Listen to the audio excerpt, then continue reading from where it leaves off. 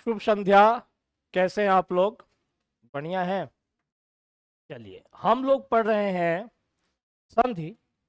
और हमने अभी पढ़ा संधि की परिभाषा, संधि का शाब्दिक अर्थ, संधि का विलोम शब्द, संधि विच्छेद किसे कहते हैं, इन सब के बारे में हमने कल जानकारी ली थी। दो वर्णों के मेल से होने वाले विकार को क्या कहा जाता है? संधि कहा जाता है। दो शब्द पास पास होते हैं तो प्रथम शब्द का अंतिम वर्ण द्वितीय शब्द का प्रथम वर्ण आपस में मिलते हैं और उनसे जो विकार होता है वही संधि कहलाती है। संधि का शाब्दिक अर्थ है मेल, जोड़, जोड़, योग, समझौता। संधि का विलोम शब्द होता है विग्रह। ठीक है, इन सब बातों के बारे में हमने जानकारी ली थी। आज हमें पढ़ना है संधि के भेद। संधि के भेद पढ़ना है। बिल्कुल ठीक, तीन प्रकार के होते हैं। देखिए, वर्ण हमने जाना कि संधि जो है वह वर्णों का मेल है। वर्ण कितने प्रकार के होते हैं? एक स्वर और एक व्यंजन। दो प्रकार के वर्ण होते हैं। अब ऐसा हो सकता है कि प्रथम शब्द का अंतिम वर्ण स्वर हो, ठीक, और द्वितीय शब्द का प्रथम वर्ण भी स्वर। एक तो कंडीशन ये हो सकती कि दोनों, प्रथम शब्द का अंतिम वर्ण और द्वितीय शब्द का प्रथम वर्ण दोनों ही स्वर हो। दूसरी स्थिति हो सकती है जब प्रथम वर्ण तो स्वर हो, आजा बेटा, लेकिन द्वितीय वर्ण स्वर ना हो, व्यंजन हो। एक स्थिति और हो सकती है कि प्रथम शब्द का अंतिम वर्ण व्यंजन हो और बाद वाला क्या हो? स्वर हो। एक स्थिति ये हो सकती है कि प्रथम शब्द का अंतिम वर्ण व्यंजन हो और द्वितीय शब्द का प्रथम वर्ण भी क्या हो? स्वर और व्यंजन से इतनी स्थितियां बन सकती है। एक दो वर्णों के बारे में हमने पढ़ा था, अयोगवाह जिनको कहा जाता है। एक होता है अनुस्वार और एक होता है विसर्ग। अनुस्वार को तो इसी में शामिल हम लोग कर लेंगे। विसर्ग के साथ अलग संधि होती है। विसर्ग हमेशा कहाँ आता है? वर्णों के पीछे आता है। यानी शब्द के अंत में ही आएगा, पूर्व में तो कभी आ नहीं सकता। तो इसका मतलब यहीं पर आएगा, इस साइड में नहीं है। तो यहां पर विसर्ग हो, यहां पर हो सकता है स्वर, यहां पर विसर्ग और यहां पर। इतनी स्थितियां हो सकती हैं। इन स्थितियों के आधार पर संधि के अलग अलग भेद बनाए गए हैं। पहला भेद है अगर दोनों तरफ स्वर हो उसको कहते हैं स्वर संधि। एक तरफ भी व्यंजन हो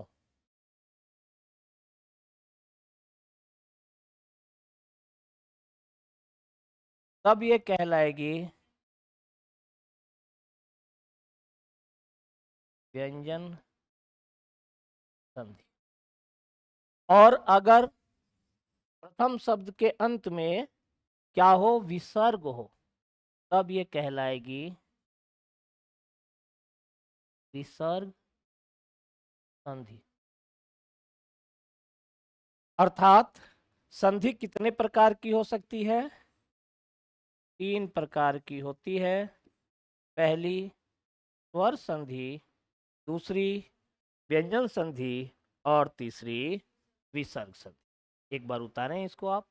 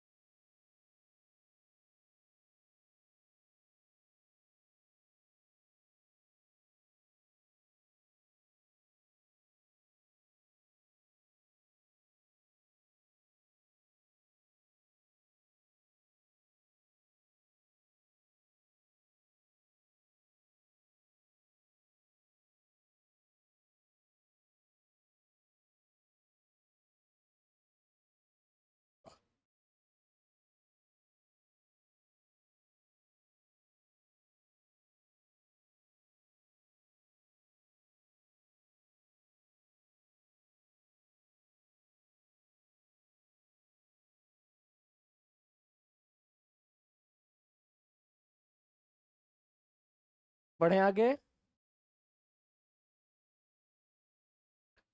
तो सबसे पहले हमें क्या करना है, संधि में सबसे पहले हमें करना है स्वर संधि। तो स्वर संधि को कुछ हम इस प्रकार कह सकते हैं, लिखिए, संधि के लिए प्रयुक्त शब्दों में, संधि के लिए प्रयुक्त शब्दों में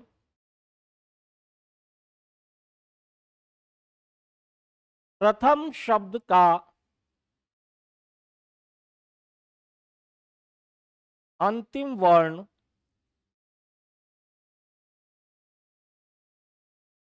स्वर हो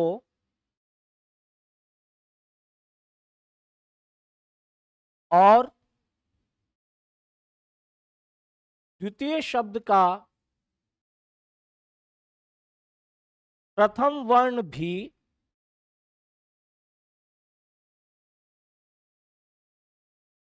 स्वर हो,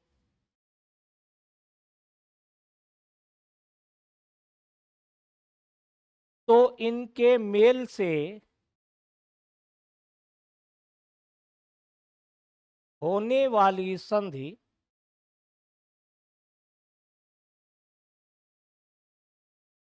स्वर संधि कहलाती है।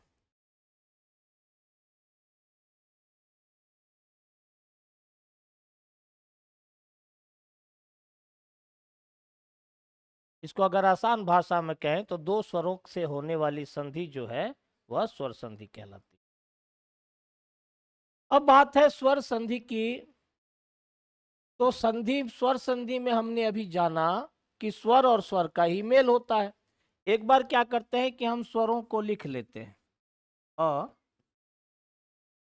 आ, इ, ई, उ, ऊ, री, ए, ऐ, ओ,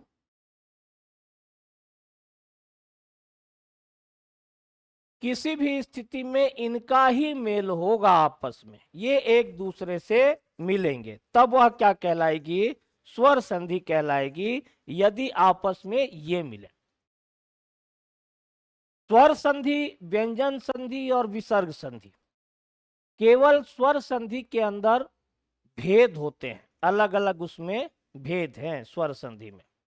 बाकी व्यंजन संधि में नियम होते हैं, उसमें भेद नहीं होते, और विसर्ग संधि में भी भेद नहीं होते। तो स्वर संधि के भेद हैं।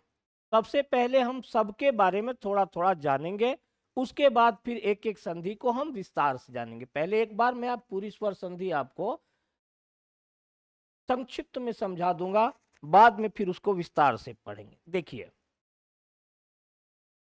अ, आ, एक जैसे एक जैसे, एक जैसे एक जैसे वर्ण जो होते हैं उनको कहते हैं सवर्ण। क्या कहते हैं बेटा, सवर्ण। सवर्ण का मतलब है सजातीय वर्ण, समान वर्ण। और ये अ और आ, ये दोनों एक ही जाति के हैं बेटा। एक ही जाति कैसे हैं, ये आ जो है यह अ से ही मिलकर बना हुआ है, तो यह एक जाति के कहलाते हैं। ई और ई एक जाति के सवर्ण है। उ और उ एक जाति के, ये भी क्या है, सवर्ण है। री तो एक ही होता है, तो री को और री को जोड़ दिया जाए तो ये भी एक ही जाति का माना जाए। तो अगर एक जैसे एक जाति के, या हम कहें कि एक ही समान समान वर्ण जो है वह जब आपस में मिलते हैं तो यह दीर्घ हो जाते हैं। दीर्घ का मतलब हमने पहले वर्ण विचार में पढ़ा था कि यह छोटा ये बड़ा, ये छोटा ये बड़ा, ये छोटा ये बड़ा, ठीक। तो जब एक जैसे समान वर्ण मिलते हैं तो वह क्या हो जाते हैं, दीर्घ हो जाते हैं। तो यहां पर हम लिख लेते हैं सवर्ण दीर्घ स्वर संधि का पहला भेद है सवर्ण दीर्घ संधि, यानी एक समान वर्ण जब पास पास होते हैं तो वह मिलकर क्या हो जाते हैं, दीर्घ हो जाते हैं, और इनको कहा जाता है सवर्ण दीर्घ संधि। यानी यहाँ पर अ और आ किसी भी स्थिति में आपस में मिलेंगे, चाहे ये आगे हो, चाहे ये बाद में हो, चाहे ये बाद में हो, ये पहले हो, किसी भी स्थिति में मिले, बनना क्या है, रिजल्ट सेम है, आ। और अगर ई और ई मिलेंगे तो ये भी दीर्घ हो जाएगा, मतलब बड़ी ई हो जाएगी। और उ और उ मिलेंगे तो भी क्या होगा, ये बड़े उ हो जाएगी। यानी किसी भी स्थिति में एक जैसे समान वर्ण जब आपस में मिलते हैं तो वह दीर्घ हो जाते हैं, और इस संधि को कहा जाता है सवर्ण दीर्घ संधि। ठीक। री और री मिलकर हो जाती है बड़ी री। अब आप कहेंगे बड़ी री कौन सी होती है भाई, हमने तो देखा नहीं है। संस्कृत के में प्रयोग किया जाता है, हिंदी में इसका प्रयोग न के बराबर नीचे 2 बार घूमता है, ये इसको कहते हैं बड़ी री, है ना। तो अगर एक जैसे वर्ण आपस में यानी स्वर आपस में मिले तो वह मिलकर दीर्घ हो जाते हैं, और इस संधि का नाम है सवर्ण दीर्घ संधि।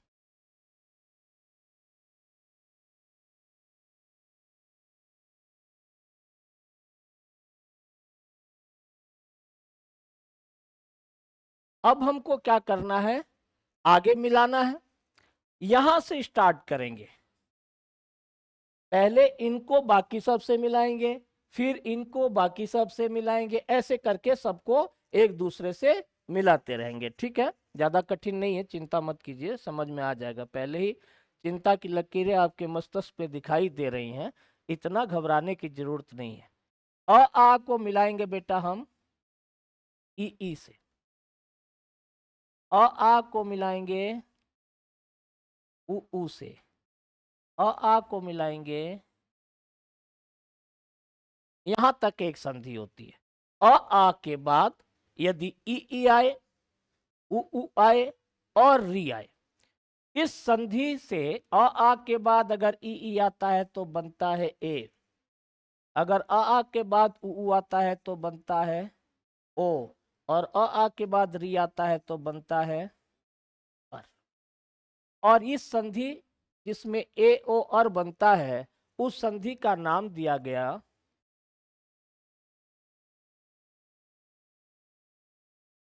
गुण संधि। गुण संधि में ए ओ और, ना कोई चिंता ना कोई,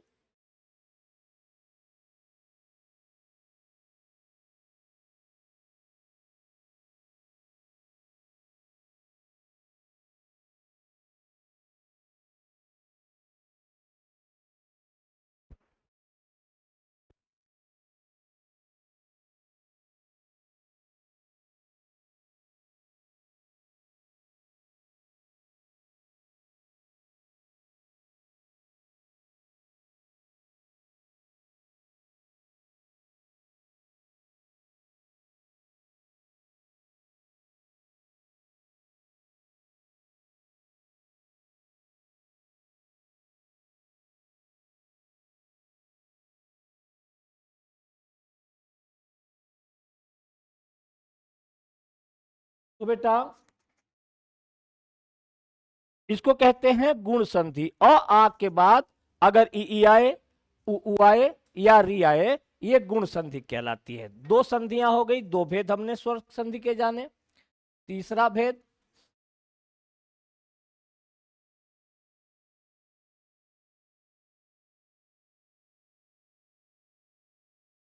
अब आ को किससे मिलाएंगे बेटा, री तक मिला लिया था, अब ए आई से, ओ औ से। ठीक है, अगर आ के बाद ए आई आता है तो आई, अगर आ के बाद ओ औ आता है तो औ, यानी 2 मात्राएं ऊपर लगती हैं और एक मात्रा की वृद्धि हो जाती है, इसलिए इस संधि का नाम क्या रखें हम, वृद्धि संधि।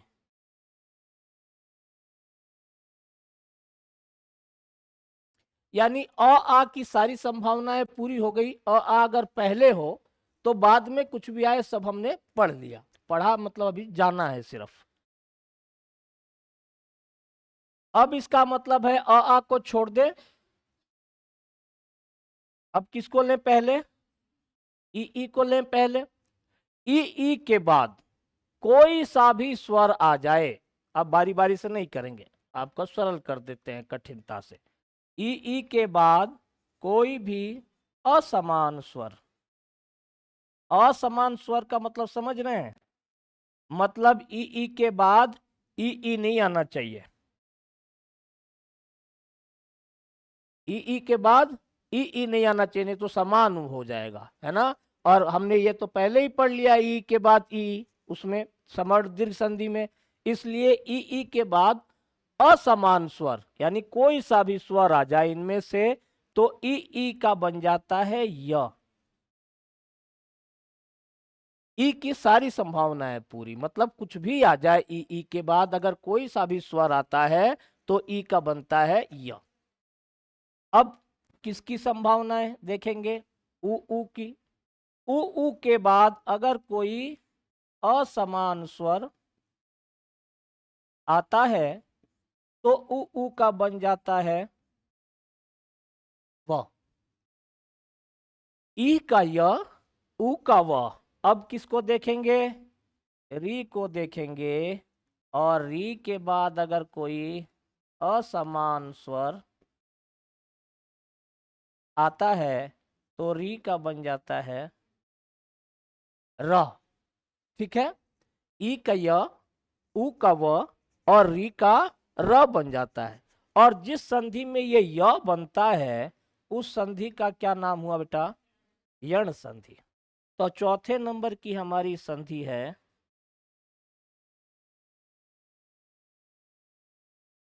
यण संधि। ठीक है।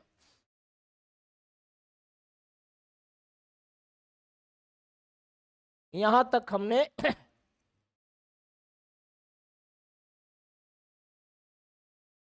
यहां तक हमने कर लिया री का र, ई का य, ऊ का व, री का र।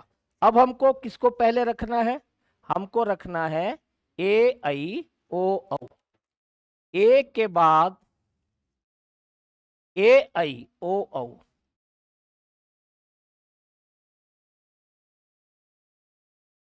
अगर ए के बाद कोई असमान स्वर आए तो ए का बनता है अय। यदि ऐ के बाद कोई असमान स्वर आए तो बनता है आय। ओ के बाद कोई असमान स्वर आए तो बनता है औ।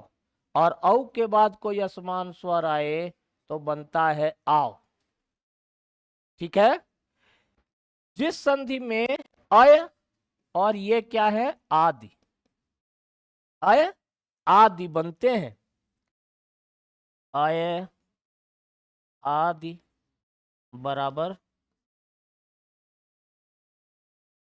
इस संधि का नाम हो गया अयादि संधि। तो पांचवी जो संधि है उसको कहते हैं अयादि संधि। स्वर संधि के 5 भेद होते हैं, आपके सामने लिखे हुए हैं। सवर्ण दीर्घ संधि, गुण संधि, वृद्धि संधि, यण संधि और अयादि संधि। नोट कर लें इसको।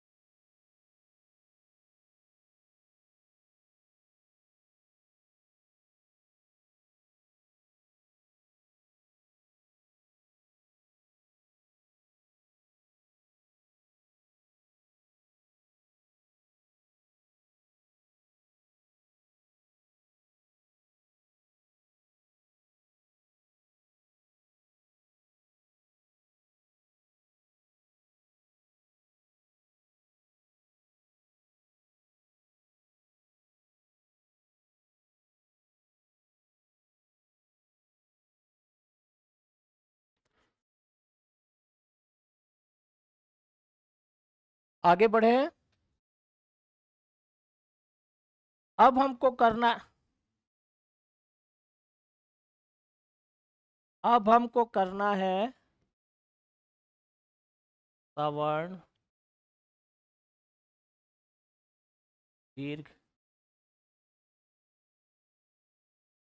भाई सवर्ण दीर्घ संधि में आ का मेल होता है आपस में, ई का होता है और उ का होता है। ठीक है, सबसे पहले हम बात करते हैं आ की।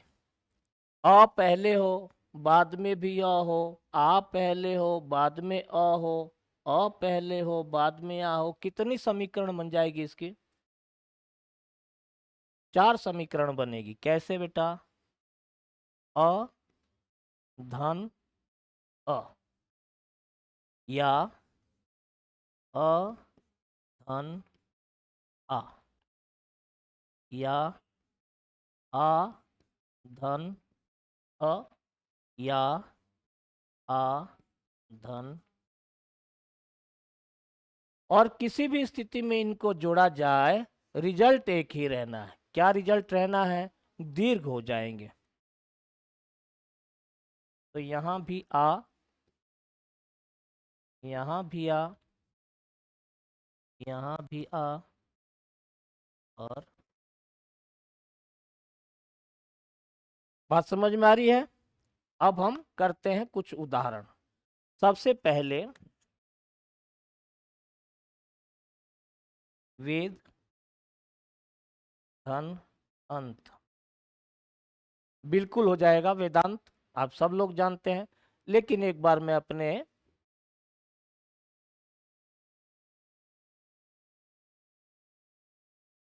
अपने टाइप से, अपने स्टाइल से आप लोगों को बताऊंगा, जिससे आप लोग बेहतर समझें।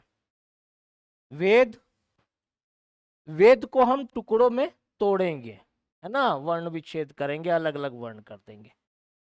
व में ए की मात्रा, द में जुड़ा हुआ है क्या? अ, अ आधा न, त और अ। इतने वर्णों से मिलकर ये दोनों शब्द बने हैं। पहला शब्द हमारा समाप्त होता है यहां, और दूसरा संधि में हम जानते हैं कि किसका किसका मेल होता है? प्रथम शब्द का अंतिम वर्ण और द्वितीय शब्द का प्रथम वर्ण। ठीक है, तो प्रथम शब्द का अंतिम वर्ण है अ, और द्वितीय शब्द का प्रथम वर्ण है आ। ये दोनों मिलेंगे तो हमारा ये नियम कहता है कि अगर अ और अ मिलेंगे तो क्या हो जाएगा? आ हो जाएगा। तो इसके स्थान पे मैं रख देता हूं आ, और आ बनते ही ये अ भी कट जाएगा, ये भी अ कट जाएगा। ठीक है, अब इसको वापिस से जोड़ेंगे पुनः।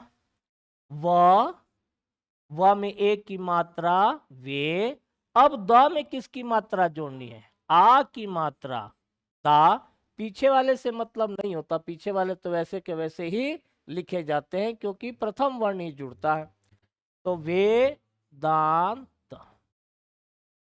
तो वेद धन अंत बराबर क्या होता है? वेदांत होता है। ऐसे आपको टुकड़े टुकड़े करके इसलिए समझाया कि कोई बड़ा शब्द भी आता है, किसी भी प्रकार का कोई शब्द आता है तो आपको दिक्कत नहीं होगी। अगर आपको समझ में नहीं आए, कई बार क्या होता है, हमारे जो शिक्षा नीतियां हैं उसके तहत हम लोगों ने क्या है कि याद कर रखा है, संधियों को भी हमने बचपन से रट लिया है। किसी से पूछो कि जगत धनीश क्या होगा? जगदीश होगा। कैसे होगा बेटा?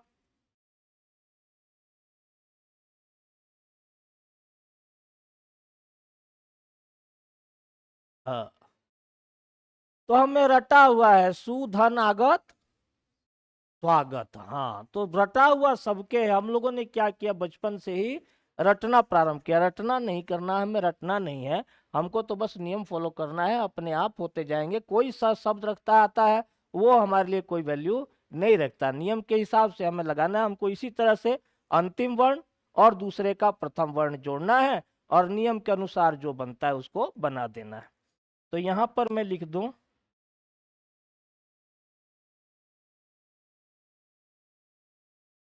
वेद धन अंत बराबर वेदांत। अ और आ शश धन अंक क्या बन जाएगा?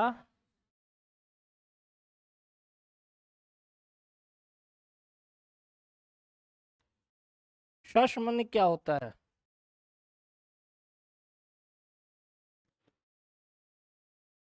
शशांक मने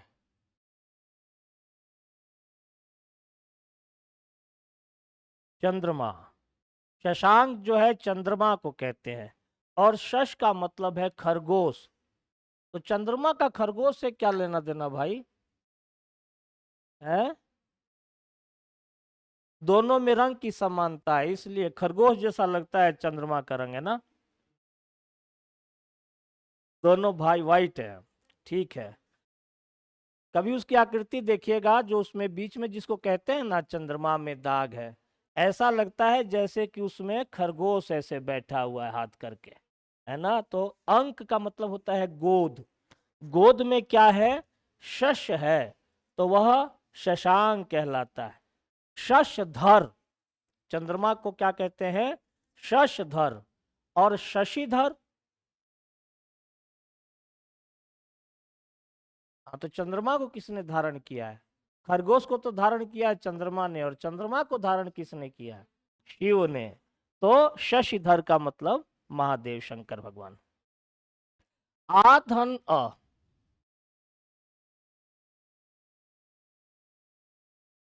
शिक्षा धन अर्थी शिक्षार्थी। क्या मतलब है शिक्षार्थी का? जो शिक्षा की अर्थी उठा दे वही शिक्षा है। विद्यार्थी वो जो विद्या की अर्थी उठा दे, है ना? सही है ना? नहीं है तो क्या सही है बताइए? अर्थी माने चाहने वाला, शिक्षा को चाहने वाला, विद्या को चाहने वाला विद्यार्थी शिक्षार्थी। तीन हो गए, अब चार। महा धन आशय।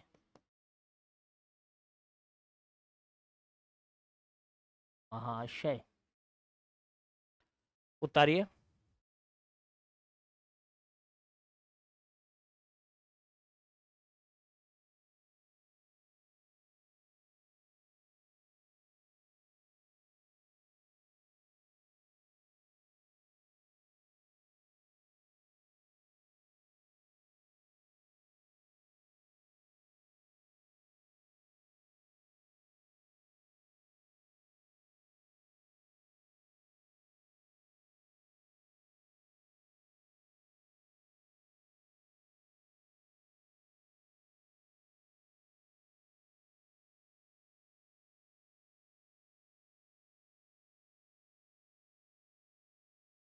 दूसरा उदाहरण कर देते हैं।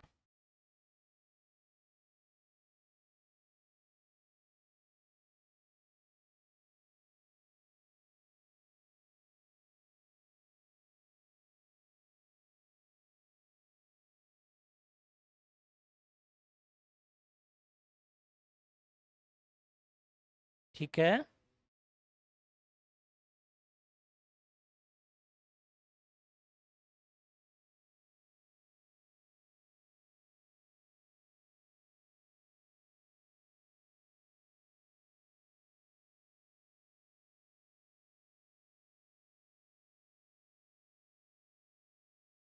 समस्या ये थी बेटा कि यहाँ पर जो समीकरण लिखी हुई है ना, अधन आ लिखी हुई है ना, अपने उसके सामने करें जैसे अधन अ अधन आ, पहले हाँ मैचिंग मिलाया नहीं है।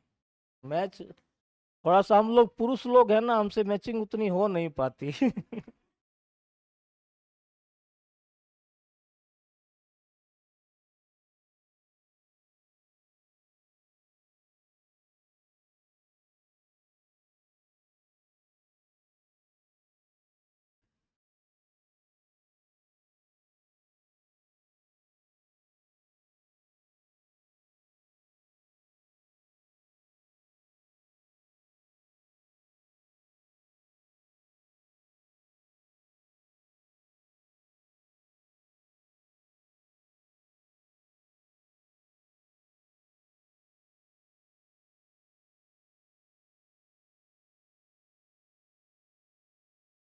उतार लिया?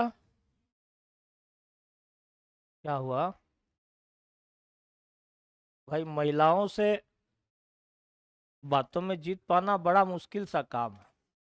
एक दिन मेरी भाग्यवान जो है घर पर, उनसे हो गई थोड़ी बहुत। मैंने कहा कि देखो मेरी महानता, जब मेरी शादी हुई थी तो उस समय हम लोग लड़की देखते नहीं थे, ना लड़की लड़का को देखती थी ना लड़का लड़की, वैसे ही घर वाले से रिश्ता कर देते थे। एक दिन मैंने कहा अपनी पत्नी को कि देख मेरी महानता, मैंने तुझसे बिना देखे शादी कर ली। तो बोली मेरा भी तो बड़प्पन देखिए। मैंने कहा तुम्हारा क्या बड़प्पन? बोली मैंने तो आपको देख लिया था फिर भी रिजेक्ट नहीं किया।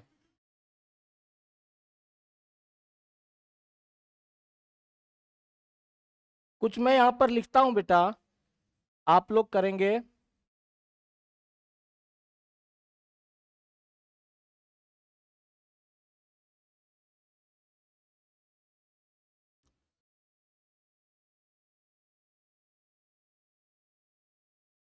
द्राक्षा धन आसव, बहुत ही बढ़िया शब्द है।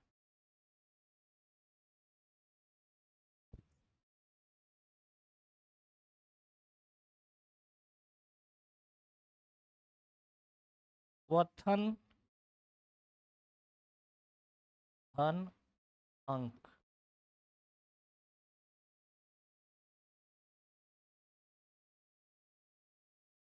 गीत धन अंजलि।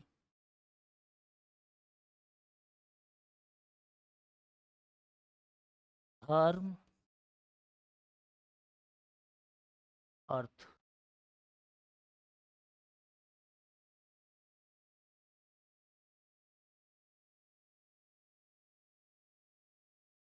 प्रेरणा प्लस आस्पद।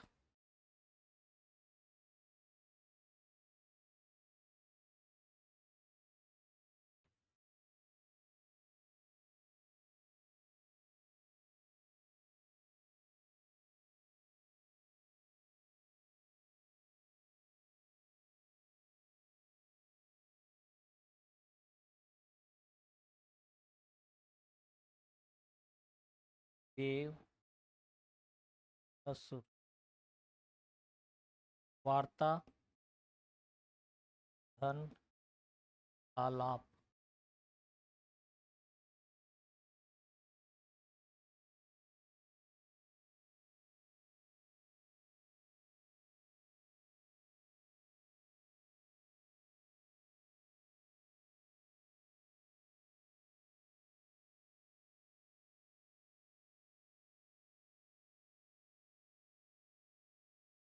बना लिया? यश अपयश।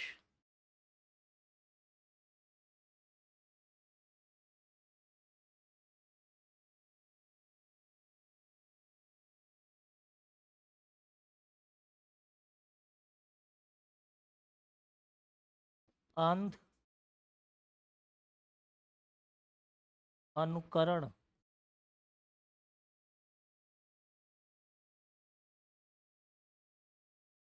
अंत्य अक्षरी।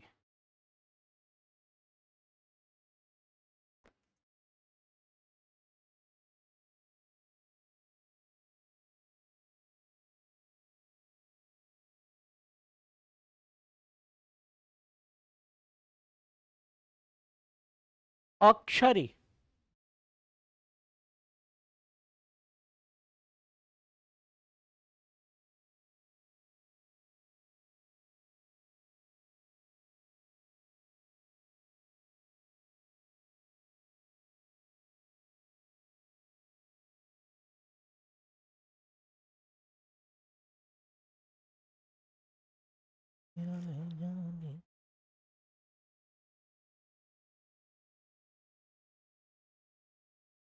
बना लिया बेटा? तो इसका बनाया होगा आप लोगों ने द्राक्षासव, इसका क्वथनांक, इसका गीतांजलि,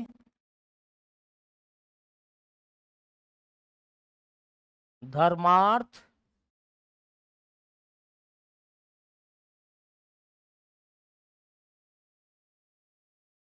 प्रेरणास्पद, देवासुर, वार्तालाप, यशापयस, अंधानुकरण, अंत्याक्षरी। ऐसे ही बनाया। Very good.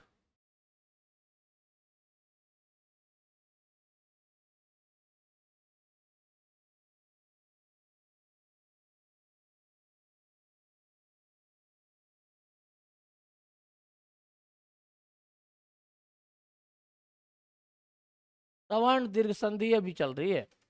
अब हमें क्या जोड़ना है? ई और ई।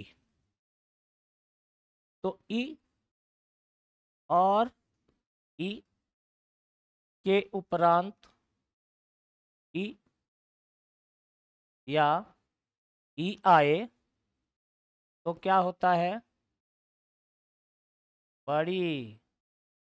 किसी भी स्थिति में अगर एक जैसे वर्ण आएंगे तो वह क्या हो जाएंगे? दीर्घ हो जाएंगे। ठीक है, इसकी भी समीकरण बनाएं। कितनी बन जाएगी? 4। छोटी छोटी छोटी बड़ी, बड़ी ई, छोटी और बड़ी ई, बड़ी। किसी भी स्थिति में आएंगे तो परिणाम एक ही रहेगा और वह क्या हो जाएगा? दीर्घ हो जाएंगे।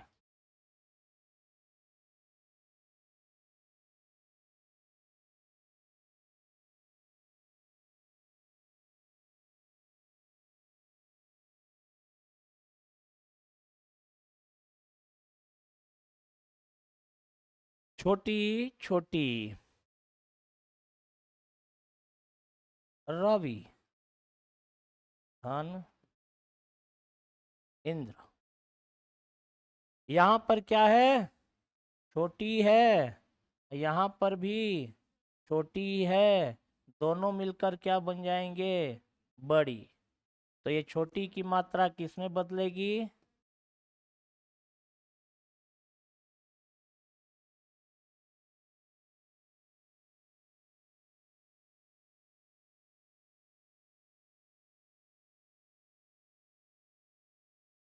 हरि, धन, ईश। क्या बन जाएगा? हरीश।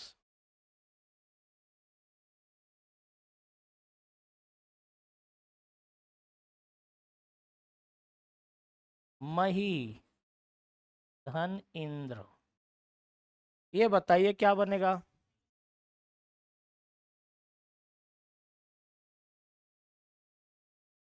क्या बनेगा? महेंद्र। महेंद्र है ना बच्चे। महेंद्र देख के सोचते हैं महेंद्र बनेगा, गड़बड़ कर देते हैं मामला, है ना। अपने को नियम अनुसार चलना है बस। अपना नियम ये कहता है कि इधर ई आया हुआ है, इधर ई आया हुआ है, और दोनों मिलकर क्या बनना है? बड़ी की मात्रा लगनी है। तो ये हो जाएगा ये महेंद्र।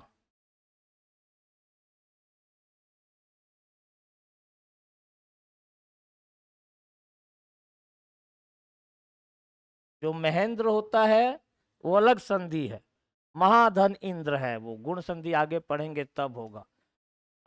हाँ, मही का मतलब होता है धरती और इंद्र का मतलब होता है राजा। तो धरती का जो राजा है या जो देवता है वह क्या कहलाता है? महेंद्र कहलाता है। धरती का राजा और देवता कहलाते हैं ब्राह्मण। धरती पे जो देवता है वो कौन है? ब्राह्मण। तो उन ब्राह्मण को कहा जाता है महेंद्र, महिष भी कहा जाता है। द्राक्षा का मतलब होता है अंगूर, द्राक्षा फलानी। और उसका जो सत्व होता ना, बहुत सारे अंगूर को उसमें से थोड़ा सा उसका सत्व निकाला जाता है, बहुत उसका प्रोसीजर होता है, तो उस सत्व को कहा जाता है आशव।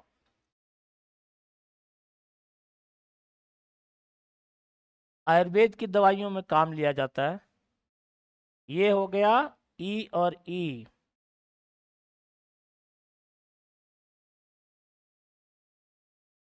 रजनी धन ईश,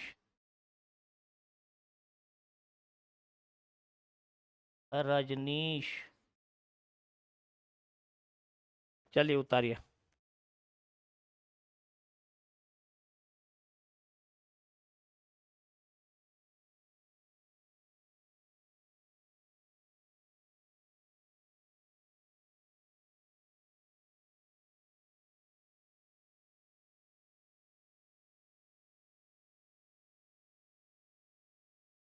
किसका? ईश मने देवता, ईश्वर। ईश मने देवता। हरीश, हरि के ईश। रजनीश, रजनी का मतलब होता है उसके ईश कौन हुए? चंद्रमा, ये भी चंद्रमा का ही पर्यायवाची।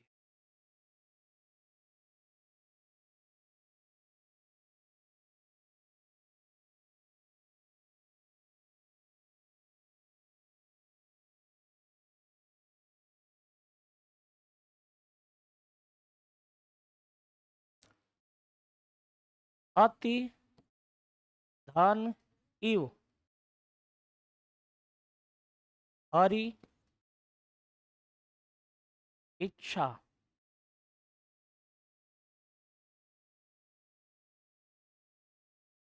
फणि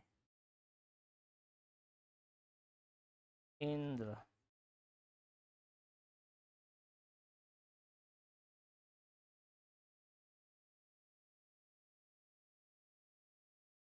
सती धन ईश,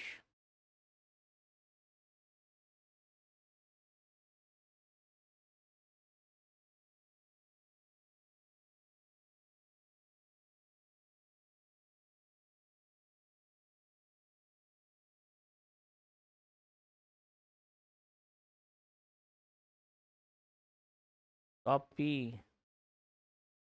धन ईश, मुनि धन इंद्र।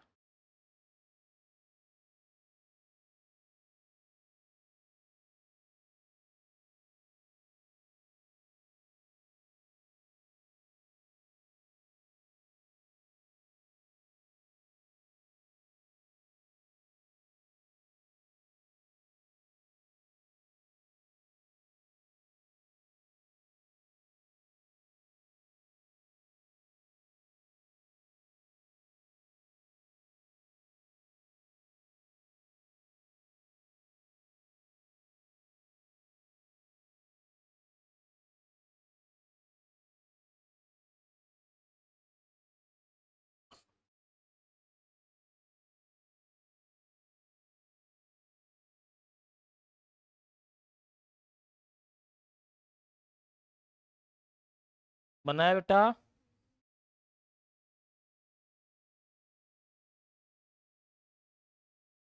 सब में क्या हो जाएगा? बड़ी की मात्रा हो जाएगी, दीर्घ हो जाएगा। अतीव, हरिच्छा, फणींद्र,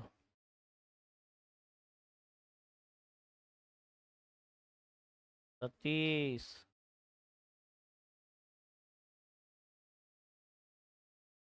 कपीश, मुनिंद्र। फणी मने क्या होता है? फणी मने सांप, और उसके कौन है? इंद्र देवता, राजा शिव, है ना, फणी को धारण करने वाले। और सती के ईश कौन है? ये भी शिव ही है। तो इन दोनों को मैं लिखा इसलिए क्योंकि पर्यायवाची है महादेव के, शंकर भगवान के। आ ये अति धन ईव, बहुत, ईव मने ही, अति मने बहुत ज्यादा, बहुत ही। ठीक है, आज के लिए इतना ही। कल फिर मिलेंगे इसी समय, इसी वक्त, इसी जगह पर। आज के लिए गुड नाइट।